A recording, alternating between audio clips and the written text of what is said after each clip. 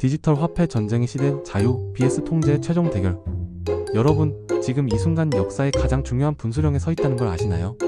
스마트폰으로 이 글을 보고 있는 지금 우리 손안에서 벌어지고 있는 건 단순한 기술 혁신이 아닙니다. 바로 화폐 패러다임의 대전환, 그리고 인류의 자유를 둘러싼 최후의 전쟁이 시작되고 있어요. 젊은 세대라면 누구나 느꼈을 거예요. 부모님 세대가 열심히 일하고 저축하면 집 살 수 있어 라고 말씀하실 때의 그 묘한 어색함을. 아니, 지금 최저시급으로 일해서 언제 집을 살 수 있단 말인가요? 이게 다 달러의 가치 하락과 인플레이션 때문인데, 기성세대는 아직도 옛날이 좋았지라며 현실을 외면하고 있어요. 챕터 1, 달러의 몰락과 우리 세대의 절망. 달러가 왜 이렇게 된 걸까요? 간단해요. 2008년 금융위기 이후로 미국 정부가 돈을 마구 찍어댔거든요. 양적 완화라는 그럴듯한 이름으로 포장했지만 결국 돈의 가치를 희석시키는 마법이었죠. 우리 부모님들이 젊었을 때는 치킨 한 마리가 5,000원이었는데 지금은 2만원이 넘어요. 이게 바로 인플레이션의 무서운 현실입니다.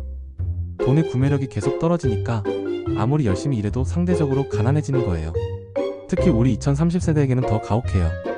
집값은 하늘 높은 줄 모르고 치솟는데 월급은 그에 못 미치죠. M4세대라는 말이 괜히 나온 게 아니에요. 연애, 결혼, 출산을 포기하게 만드는 경제 시스템. 이게 정상인가요? 챕터 2, 비트코인 새로운 희망의 등장. 그런데 2009년 한 익명의 천재가 나타났어요. 사토시 나카모토라는 정체불명의 인물이 비트코인이라는 혁신적인 디지털 화폐를 세상에 선보인 거죠. 비트코인의 핵심 철학은 무엇일까요? 바로 건전한 화폐예요. 정부나 중앙은행이 마음대로 찍어낼 수 없는 수학적으로 보장된 희소성을 가진 돈. 총 2,100만 개라는 한정된 공급량으로 인플레이션의 공포에서 벗어날 수 있는 새로운 대안이었죠. 처음에는 그게 돈이야? 라며 비웃던 사람들이 많았어요. 하지만 지금 보세요. 비트코인 한 개당 가격이 수천만 원을 오가고 있잖아요. 일찍 눈치챈 사람들은 경제적 자유를 얻었고, 늦게 깨달은 사람들은 그때 샀어야 했는데 라며 후회하고 있어요. 챕터 3, 트럼프의 등장과 암호화폐 르네상스. 2024년 대선에서 트럼프가 다시 당선되면서 상황이 완전히 바뀌었어요. 이전의 트럼프와는 다른 모습을 보여주고 있거든요. 암호화폐 친화적인 정책을 대거 내놓으면서 비트코인과 스테이블 코인을 적극 지원하겠다고 선언했어요. 왜 트럼프가 갑자기 암호화폐에 관심을 가지게 됐을까요? 단순한 정치적 계산이 아니에요. 달러 패권이 흔들리고 있다는 걸 누구보다 잘 알고 있기 때문이죠. 중국의 위안화, 러시아의 루블, 그리고 각종 디지털 화폐들이 달러의 독점적 지위를 위협하고 있어요. 스테이블 코인은 특히 흥미로운 존재예요. 달러에 연동되어 있으면서도 블록체인 기술을 활용한 디지털 화폐거든요. 트럼프 입장에서는 달러의 영향력을 디지털 세계로 확장시킬 수 있는 완벽한 도구인 셈이죠. 챕터 4, CBDC vs 스테이블 코인, 자유의 마지막 전쟁. 하지만 여기서 진짜 게임이 시작돼요. 각국 정부들이 추진하고 있는 CBDC, CNTRAL 뱅크, 디지털 커런시, 중앙은행 디지털 화폐와 민간 주도의 스테이블 코인 사이에 치열한 경쟁이 펼쳐지고 있거든요. CBDC의 무서운 점이 뭔지 아세요? 완전한 감시와 통제가 가능하다는 거예요. 정부가 원한다면 우리가 언제, 어디서, 무엇을 샀는지 모든 걸 알 수 있어요. 심지어 특정 상품 구매를 막거나 우리 계좌를 순식간에 동결시킬 수도 있죠. 상상해보세요. 정부 정책에 반대하는 시위에 참여했다고 해서 내 디지털 지갑이 차단당하는 상황을. 코로나 시기에 일부 국가에서 벌어진 일들을 보면 이게 단순한 공상이 아니라는 걸 알 수 있어요.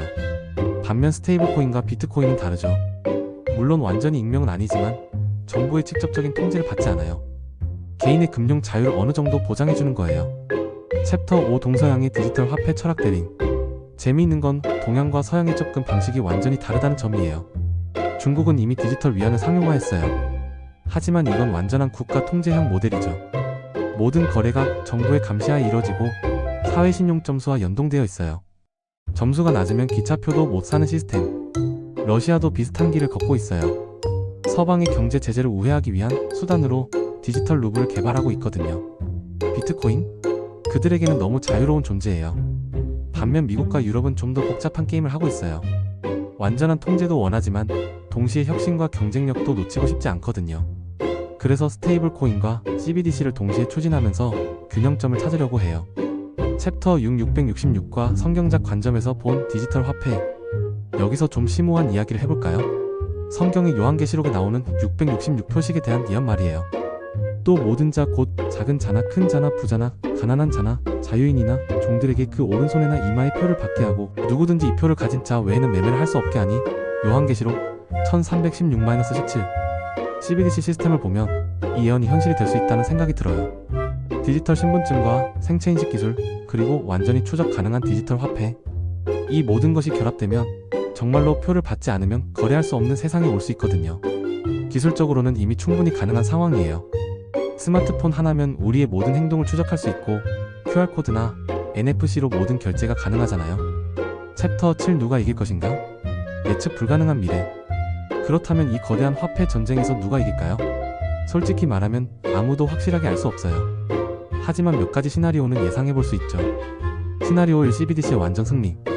정부들이 강력한 규제와 정책으로 민간 암호화폐를 완전히 억압하는 경우예요. 중국식 모델이 전 세계로 확산되는 상황이죠. 편리하긴 하겠지만 개인의 자유는. 시나리오 2 스테이블코인과 비트코인의 저항. 민간 주도의 암호화폐가 정부의 통제를 뚫고 살아남는 경우예요. 기술적 혁신과 대중의 지지를 바탕으로 자유로운 금융 생태계를 구축하는 거죠. 하지만 결국 시간이 늦추어질 뿐 성경대로 미래는 설계됩니다. 챕터 8 돈보다 중요한 것, 진정한 가치란? 하지만 여기서 좀 더 깊이 생각해 볼 필요가 있어요. 우리가 이렇게 화폐 시스템에 대해 고민하고 경제적 자유를 추구하는 이유가 뭘까요? 결국은 행복하고 의미 있는 삶을 살고 싶어서겠죠? 돈 자체가 목적이 아니라 돈을 통해 얻을 수 있는 자유와 선택권, 그리고 사랑하는 사람들과 함께할 수 있는 시간이 소중한 거예요. 종교적 관점에서 보면 물질적 풍요보다 영적인 성장이 더 중요하다는 메시지를 던져주고 있어요. 비트코인으로 부자가 되는 것도 좋지만 그보다 더 소중한 건 내 마음의 평안과 다른 사람들과의 관계, 그리고 영적인 행복 아닐까요? 심슨 만화에서는 돈이 많은 사람이 인생이 재미없어 하는 것을 봅니다. 돈이 인생의 전부가 아닙니다. 특히 우리 세대는 물질 만능주의의 한계를 누구보다 잘 알고 있어요. 부모님 세대가 그렇게 열심히 돈을 벌었는데도 진짜 행복해 보이지 않는 경우가 많잖아요. 번아웃, 우울증, 관계의 단절. 이런 문제들이 돈으로 해결되지 않는다는 걸 우리는 이미 배웠어요. 일확천금을 생각하지 말고 하루하루를 소중하게 보내시길 바랍니다.